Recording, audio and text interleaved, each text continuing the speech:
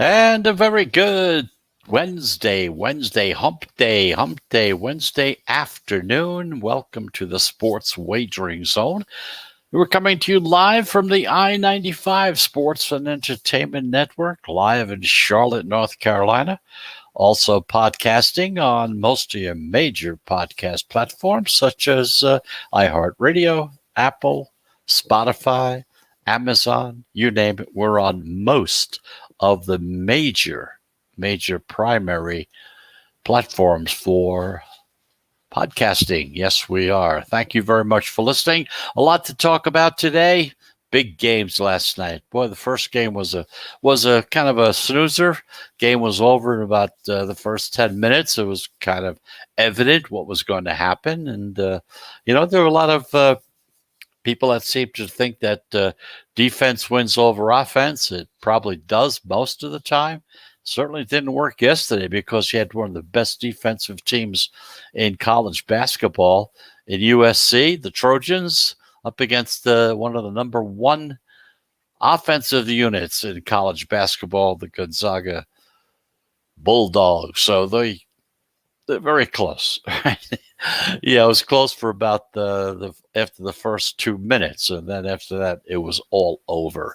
That's the story there. Meanwhile, that second game, UCLA, where did they come from? Had a really not a great season all along, Then they come in, they got into the play-in, so they wound up playing an extra game than everybody else.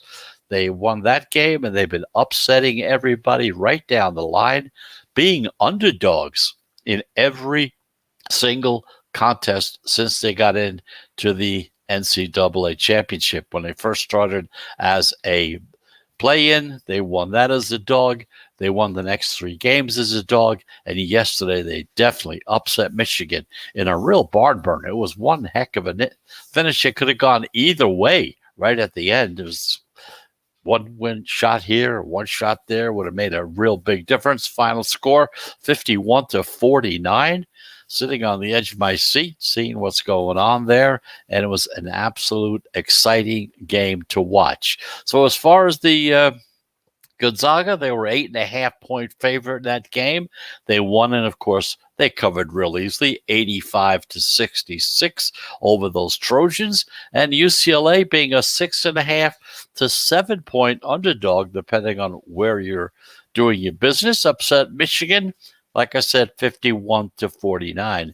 Meanwhile, the unders, they continue that hot streak. They went a perfect 2-0 yesterday. So going into the Final Four, if you just bet the unders throughout the tournament, it's 36-24 or at 60%. You'd be way ahead of the game as far as that's concerned. Meanwhile, the Dogs still lead as far as the number of wins since it all started.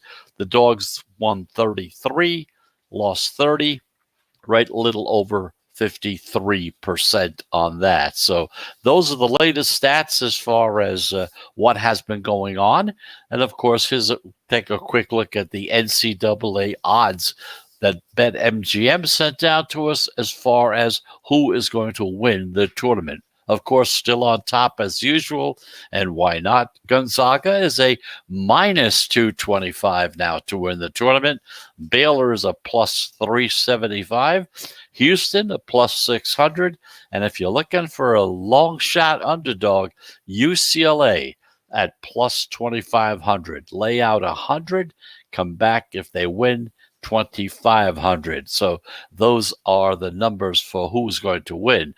Now, as far as the matchups are concerned, if Gonzaga plays Baylor, it's minus 160. If Gonzaga plays Houston, you're at a plus 200. So they're thinking it's more than likely going to be Gonzaga against Baylor. Meanwhile, UCLA against Baylor is a plus 1,000. And if you really want a long stretch, you got UCLA against Houston. That would be a plus 1,800 as far as that betting is concerned. That's your odds right now of those two teams playing against each other. So that's the story there. Now, of course, the bettors, as bettors, you're going to have to wait until Saturday for that Final Four. But until then, there's still some games on tap today. You got some NBA games you could bet on, NHL games to bet on as well. But when we take our break and when we come back from that break, we're going to take an early look at the Final Four and the two games on tap, Houston against Baylor, UCLA against Gonzaga. We're going to take a close look at the line movement, if any, and we're also going to tell you in which direction the pros happen to be betting on them as well. In the meantime, taking a quick look at what happened yesterday. Yeah, other things that happened besides the NCAA tournament. The NBA, the favorites went 3-1 straight up, 3-1 against the spread. You had that one upset. The Magic were 11-point underdogs. They were a plus 500 on the money line, and they beat the Clippers. Meanwhile, the Hornets were 4.5-point favorites against the Wizards. The Nuggets were 5.5-point favorites against the 76ers. And the Suns were 5.5-point favorites against the Hawks. All those teams all covered. Meanwhile, the favorites still lead as far as the season is concerned, 342 to 337, along with 8 pickups in there as well. The unders yesterday went 3-1, but the overs still lead. They're at 350 to 340. That's almost at 51%, and that's for the entire season. Meanwhile, in the National Hockey League, the favorites, they went 3-1 straight up, 3-1 against the spread also, with the only upset by the Magic we talked about before, and that's the story there. As far as NHL favorites, they went 3-1 straight up, 1 against the spread. So that's the story with National Hockey League. NBA, we covered the NCAA tournament, and of course now, as usual, it's time to take our first break. If you're new to the show, of course, you know we have 3 breaks. We only have 1-minute breaks, 3 of them in the show. So we take as little time as possible, just enough time to kind of take a quick sip of some water or something to freshen my throat up when we come back and take a look and see what's coming on as far as more information is concerned. So when we do come back, let's take a look at those 2 games, see how the early line movement is going. So this way you can start doing your homework. Maybe you want to start incorporating some of the information that we're going to give you. And this way you'll be ready for those games come Saturday afternoon, Saturday evening. So let's take that first break. And just a reminder, we will be back into the sports wagering zone right after this.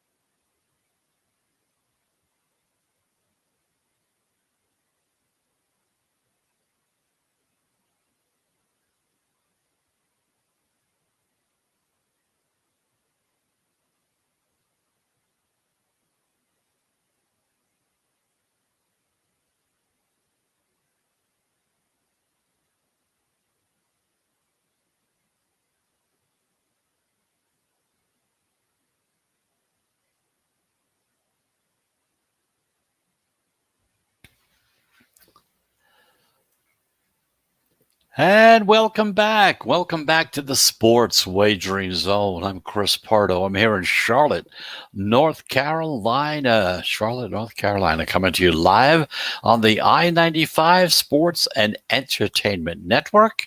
And of course, if you're listening on one of the podcast platforms, we're on Apple, we're on iHeartRadio, Spotify, Amazon, Spreaker. We're all over the place. We're on most of the major platforms as well. So whichever way you're listening, wherever you're listening, whatever time zone you're in, we're in the Eastern time zone, being a little after 4 o'clock right here in Charlotte, North Carolina. So let's take a look at the final four lines. Let's take a look. It's not until Saturday, but the money's starting to come in. So let's take a look and see how that big doubleheader on Saturday is coming along as far as line movement is concerned. And of course, more importantly, in which direction the pros are going as well. So Saturday, a little after 5 o'clock, somewhere around 5:15 or so, Houston against Baylor. Now, this is the big heavyweight battle. You got two Texas teams. You got the second seed Houston Cougars, 28-3, against the number one seeded Baylor Bears, who were 26-2 for the season. One loss separated the both of them, although Houston did wind up playing 3 more games than Baylor, because Baylor kind of during the season there had some COVID situations, so they missed out on a couple of games. So Houston 28-3, Baylor turned out to be 26-2. Now Houston is taking care of business so far against these 4 double-digit seeds in the NCAA tournament. They beat the 15th seed Cleveland State 87-56. The Rutgers, who were 10th seed, 63-60 in a very close game. Syracuse, the 11th seed, they beat 62-46, and they beat Oregon State, the number 12 seed, 67-61. Now, Houston was favored in all 4 games, and they did go 2-2 against the spread. Kind of give you that little data, that information that may have some use to you. Now they face the powerhouse Baylor Bears. They've beaten Hartford, the 16th seed, easily 79-55. They beat Wisconsin, the number 9 seed, 76-63. They beat the number 5 seed Villanova, 62-51. And of course, they beat the 3rd seed Arkansas, 81-72. Now, the Bears were favored in all 4 of these games, and they went 3-1 against the spread. Houston, like I said, went 2-2. So taking a look at the line right now, open with Baylor, 5-point favorite. So far, the line really hasn't come much off the open. I know it's early. Money's starting to trickle in. The next move will be meaningful, though, because if we see it go to 4.5, coming down a half a point, that will indicate that the pro money is going on Houston. If it goes up to 5.5 from 5, that could signal pro money going on Baylor. So depending on which direction we see it go, and we'll keep an eye on it for you as well, that is what we're going to be talking about over the next few days. However, one thing we do know, Houston offers a distinct advantage according to Ken Pom. Ken Pom has Baylor winning by just 1 point. 72-71 is his rating, which provides real actionable value on Houston at the current number that we're seeing at 5 points, 4.5 points. Now, March Madness short dogs at 5 or less are 13-7 against the spread. That's 65% so far in the tournament. Let me go over that again. The dogs in this March Madness scenario, dogs that are at least 5 or less points as a dog, are 65% so far within the tournament. Now, when the line stays the same, or if it moves towards the dog, those teams are at 59%. Houston also has value as a slow-paced dog.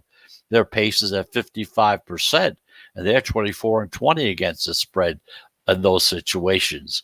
We've also seen some under money coming in as well, dropping the total from 136 down to 135.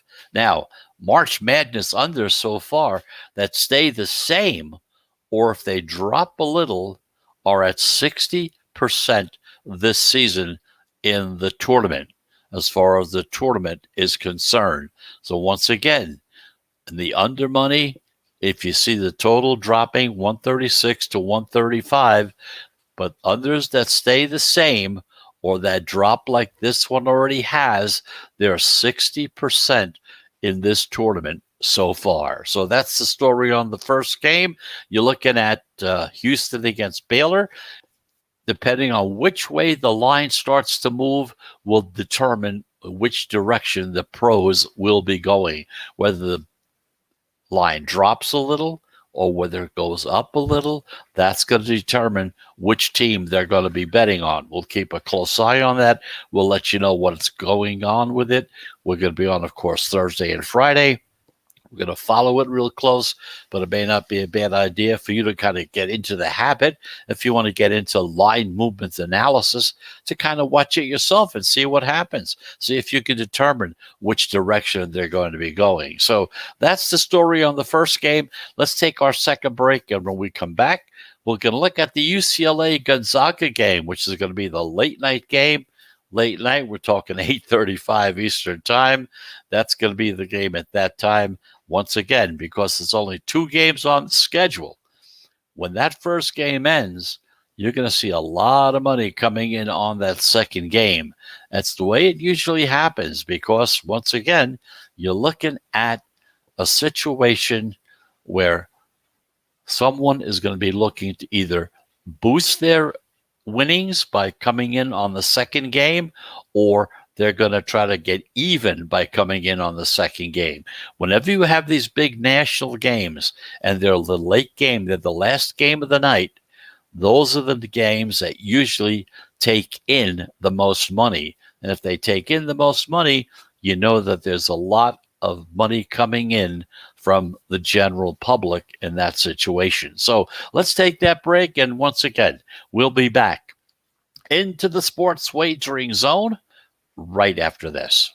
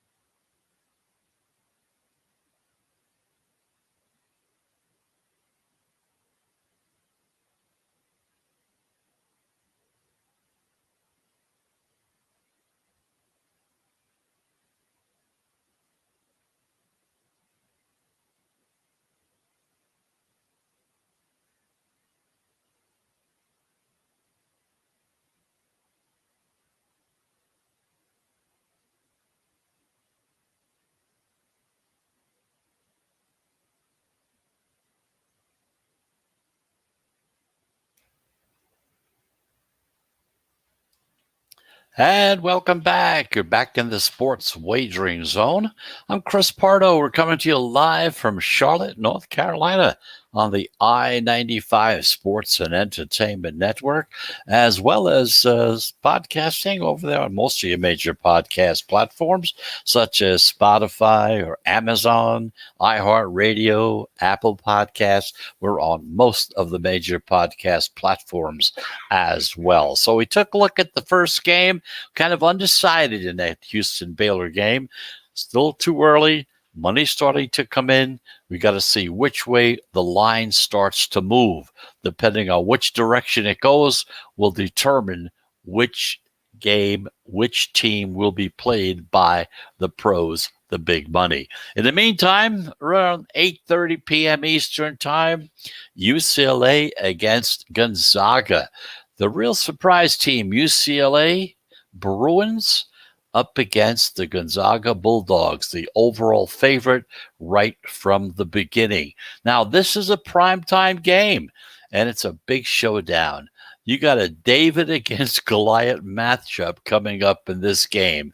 You got the 11th seed UCLA team that went 22-9 for the season.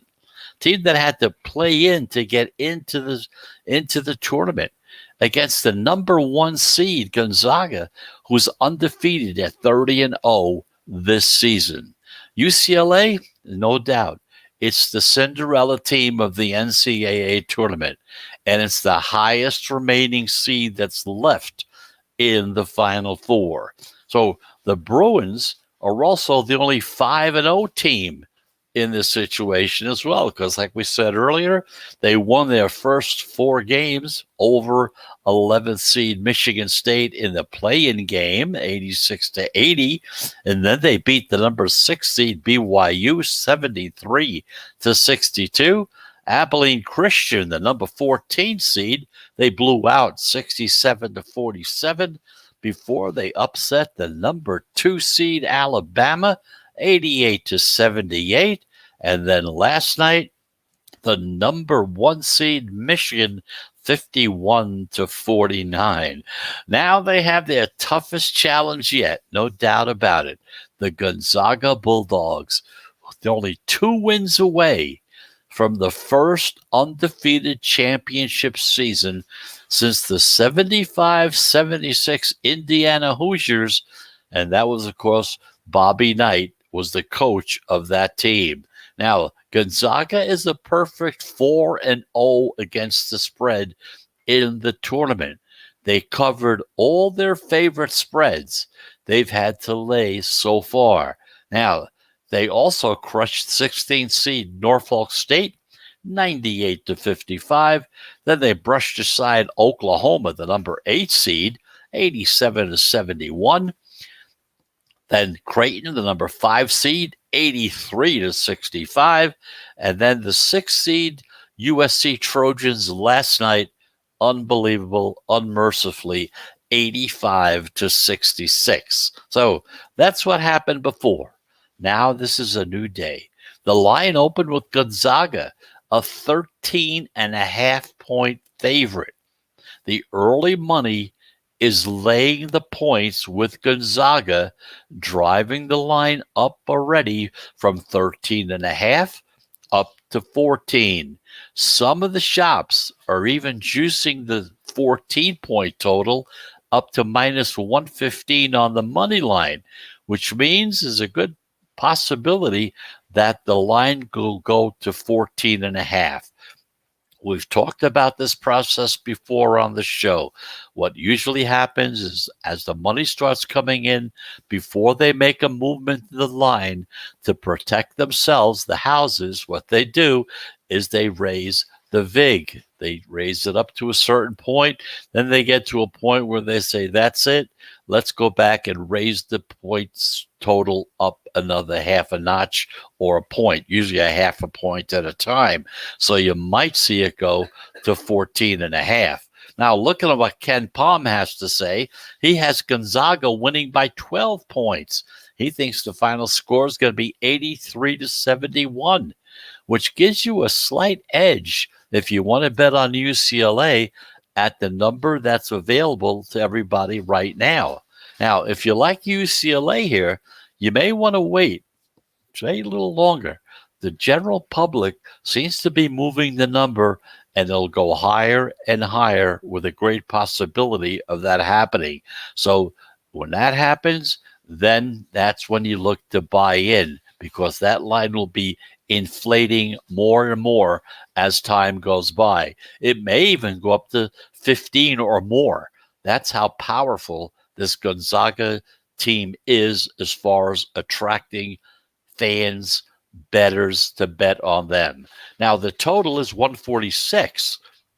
Also remember, when the total is 140 or more, the under is at almost 66% in this tournament. Once again, if the total goes to 140 or more, which it is right now, it's at 146, the under is the way to go, and it has gone that way almost 66% of the time within the tournament. So as far as the pros are concerned, they're kind of sitting back and waiting, trying to see what's going to happen with this line. It kind of seems to me like they're looking for the line to inflate a little more and maybe come in and take the underdog.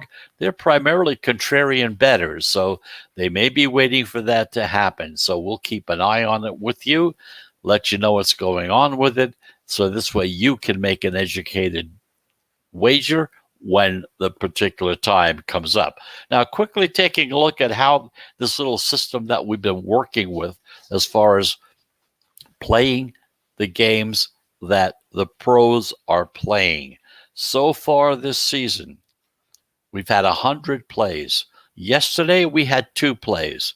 We had Baylor against Arkansas, and we had USC against USC against Gonzaga is what we had yesterday. Okay, then we had UCLA against Michigan. We had USC, had the winner there, had the loser there actually, and we had UCLA. We had the winner in that game. So altogether, we've had 100 plays, 49 winners, 51 losers, for a total of 49%, which is really not all that bad. There's no thought process has to go into it. You just take a look and you see which way they're going, and that's how you definitely go. There are 3 more games left, so maybe by the time the whole season has finally comes to an end, counting the tournament, it may be at the break-even point, perhaps a little on the plus side, a little bit on the minus side. We'll see what happens when it all comes to an end. But as usual, and hearing from people, whether I'm talking to people on the phone or getting emails from some of the listeners, everyone seems to be having a problem this year trying to keeping your head above the water during this betting season, primarily because of COVID. So if you're anywhere near this type of a number, it's really not all that bad. And you're not losing all that much either. If you're at 49%, you're losing a very small amount of money. But again, 3 games are still left, could come out as an even, possibly a little plus side as well. But it's a little system. We've been watching it. We only had 100 plays on it. We came in on it about halfway through the season because we're thinking about maybe not even going through it this season because of the situation with COVID, teams not playing for maybe a week or 2, then coming in and playing. It was just total chaos all along. So to come out with this type of a number just that way, it's really not a bad deal at all. But we'll keep an eye on it.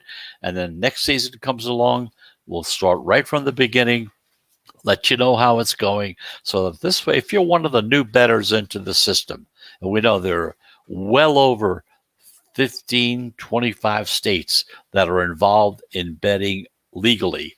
If you're in one of those states, you're new at it, this is one of the systems you might want to take a look at. It may not be a bad idea to kind of follow it along as well if you're looking for a system. Now, if you already have one and you're happy with it, by all means, stay with it. Don't change.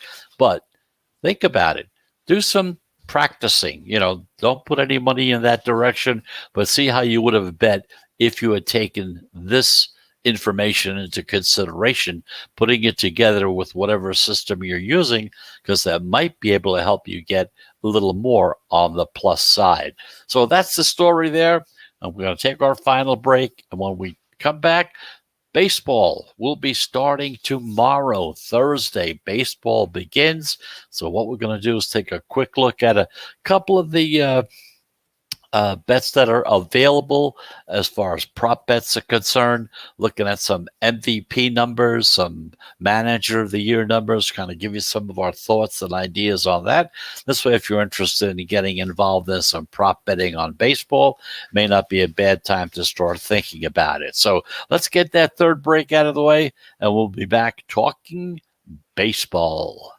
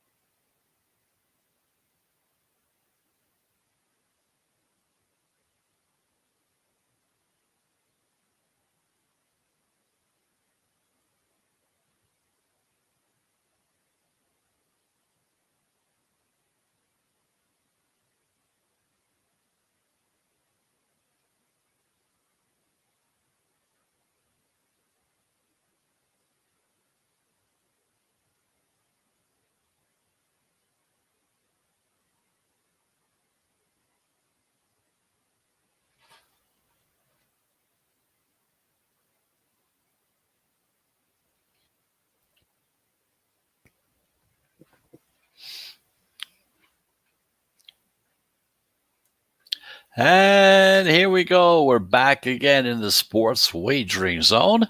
Welcome to the show. I'm Chris Pardo. We're here in Charlotte, North Carolina, coming to you over the I-95 Sports and Entertainment Network live and also podcasting on most of your major podcast platforms such as Apple Podcast, iHeartRadio, Spotify, Amazon. We're all over the place. So anyway, that's the story as far as listening to the show. And of course, just want to let you know once again, we totally appreciate you listening and participating in the show as well. So baseball starts tomorrow. So I'm going to take a quick look at some futures, some season-long prop bets that are available that you might be thinking about and you might want to get involved in before it's too late to get in. So in the National League MVP numbers, one of the guys that looks like a real big pick is Corey Seager, and he's at 15-1, and this is at DraftKings, by the way, okay? He hit his 8th spring training home run Monday night. He's likely going to be in direct competition with Mookie Betts and Cody Bellinger, both all on the same team, to becoming the National League's most valuable player. Now, Betts hit 2 home runs Tuesday night. Bellinger homered Monday and Tuesday night, and they played against the Angels. Now, there's really no wrong answer when it comes to which one of the Dodgers you like to win that NL MVP, but I expect the Dodgers to be the best team in baseball, and I'm not the only one. It seems a lot of people seem to think that way. So it's kind of logical. If it's the best team, the MVP will likely go to one of the guys that plays on the Dodgers. Seager, again, he's at 15-1, okay? And Bellinger and Betts are at 10-1 or 12-1, depending on what you're looking at. So a good thought to look at if you're thinking about an MVP in the National League, look to the Dodgers. One of those guys is probably going to be the MVP. Meanwhile, the American League, Shohei Ohtani, 20-1 at DraftKings as well. Now, I don't like 20-1 as much as the numbers that were available earlier in the spring training. Most of the bets on Ohtani are between 30 to 35-1. But on Monday night, he was the starting pitcher and he batted second. Yes, I did say that. He batted second. If you haven't been following baseball lately, Ohtani not only pitches, but he also bats. He plays in the outfield. When he's not pitching, he's doing what Babe Ruth did in the early days, what a lot of pitchers did in the early days of baseball. And he batted second in the Angels lineup. He became the first starting pitcher since 1903 to bat in the second position. Now, second is a very important spot if you know anything about baseball. The number one guy gets on base. The number two guy, it's his job to push him along. The number three guy knocks him in. That's the general philosophy of how the baseball lineups are put together. Now, he also proceeded to give up 7 runs. He gave up 3 home runs in 2 1/3 innings before he finally left because he had a blister on his finger. Now, it was obvious that after 15 pitches that Ohtani had no control. He couldn't locate his fastball. And by the second inning, all the announcers were saying that he was picking up on the blister. So the good news is that you can't lose the MVP by giving up 7 runs in an exhibition game. Now, he was back in the lineup as a DH on Tuesday, and the Angels said he'll make his regular season pitching debut in prime time on ESPN on Sunday night. Sunday night baseball on ESPN up against the White Sox, who are really a very tough team. We'll see the first jump or drop in MVP odds on Monday after his first regular season start, but it sounds to me like Ohtani has no restrictions on playing time as a hitter or a pitcher at this point in time. Now, as far as the Cy Young Award is concerned, we're talking about pitchers. That might go to a guy named Jacob deGrom. plus 425 at DraftKings. He's the best pitcher in the National League. There's no doubt about it. The gap is big between him and Trevor Bauer, the 2020 winner of the Cy Young. Max Scherzer, Walker Buehler, and anyone else you want to throw into that top five. He's better than them all. The 2021 favorite is DeGrom, and it's his award to lose unless he loses it.